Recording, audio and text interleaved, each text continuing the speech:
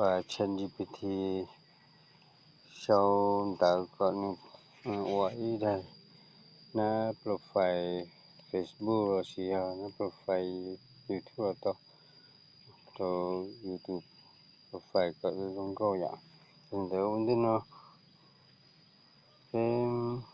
tổ cho lúc ChatGPT rồi lúc AI để nó cái tổ đi nó tổ nó sẽ bỏ con để nó dừng dài cho bé rồi xong để nó sẽ phá ủa ý đại profile xong để anh kinh để thay đó chỉ có một xong để thay ạ để profile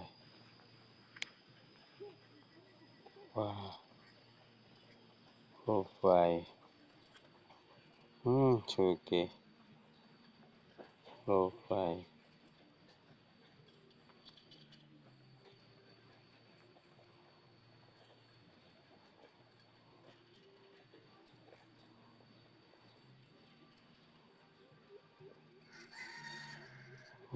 profile con được không và dùng câu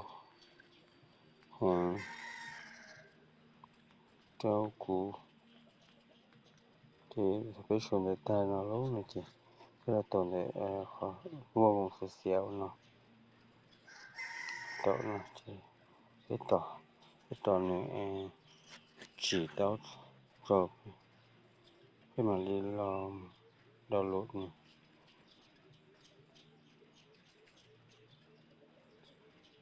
xí lia y ở thì nó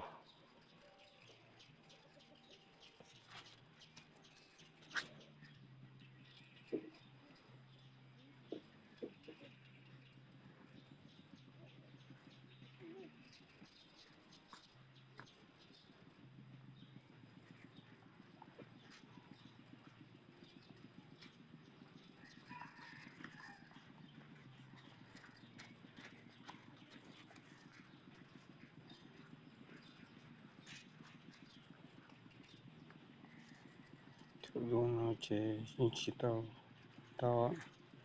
cái đầu tiên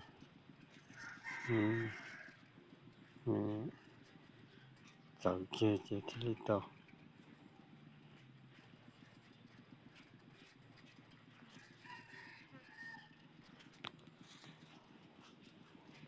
xin để dẫn nhận chỉ